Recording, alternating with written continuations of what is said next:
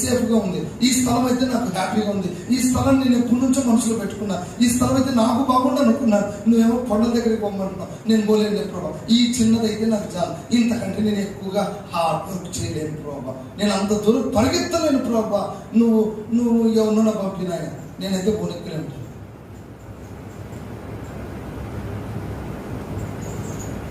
ఎట్లా అంటే చాలా మందికి చిన్నది సరిపోతుంది, అడ్జస్ట్ అవుతారు. కొన్నిట్లేమో దేవుడు చిన్నది ఇస్తాడు, పెద్దది అంటాడు. స్తోత్రం. మనమేంటి రివర్స్లో ఉంటాం కొన్నిసార్లు. దేవుడేమో కొండల తట్టుకు వెళ్ళమంటే ఈయన ఎక్కడికి వెళ్తున్నాడు? ఈ చిన్నది అడ్జస్ట్ అవుతుంది. సార్ ఎందుకు అంత టెన్షన్, అంత దూరం వెళ్తే నాకు కాలు ఇరిగిపోతాయి, అంత దూరం వెళ్ళలేను, నన్ను నడుము మార్చిపోతుంది ప్రభు, నేను ఎక్కలేను. ఈ 7 రోజులు ప్రార్థన ఎందుకో ఓ 2 రోజులు పెడితే అయిపోతుంది.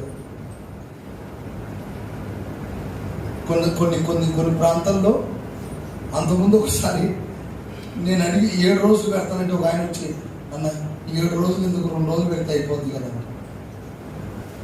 ఓహో నీకు కదా అర్థమైందా? నేను అడిగి ఆరా తీసే, ఏంటి బాబు నీ సమస్య అంటే, నాకు 7 రోజులు మాస్టర్లు ఉన్నాయి, డ్యూటీలు, డ్యూటీ చేసుకో, రాకపోతే రాకపోని అన్న. 7 రోజులు ఎందుకని అంటావు? ఎందుకు రాకపోతే రాకపో, నాకు ఇబ్బంది, రాకపో,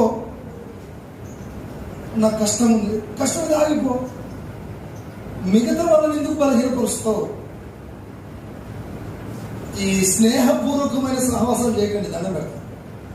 నువ్వు వెళ్తేనే నేను పండగకి వెళ్తా, నువ్వు వెళ్తేనే ప్రార్థనకి వెళ్తా, నువ్వు లేకుండా నేను పోను.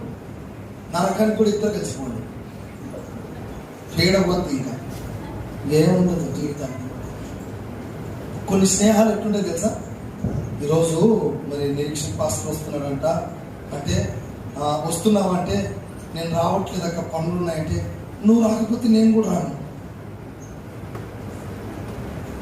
ఇద్దరు ఉండి అక్కడే ఉండిపోండి.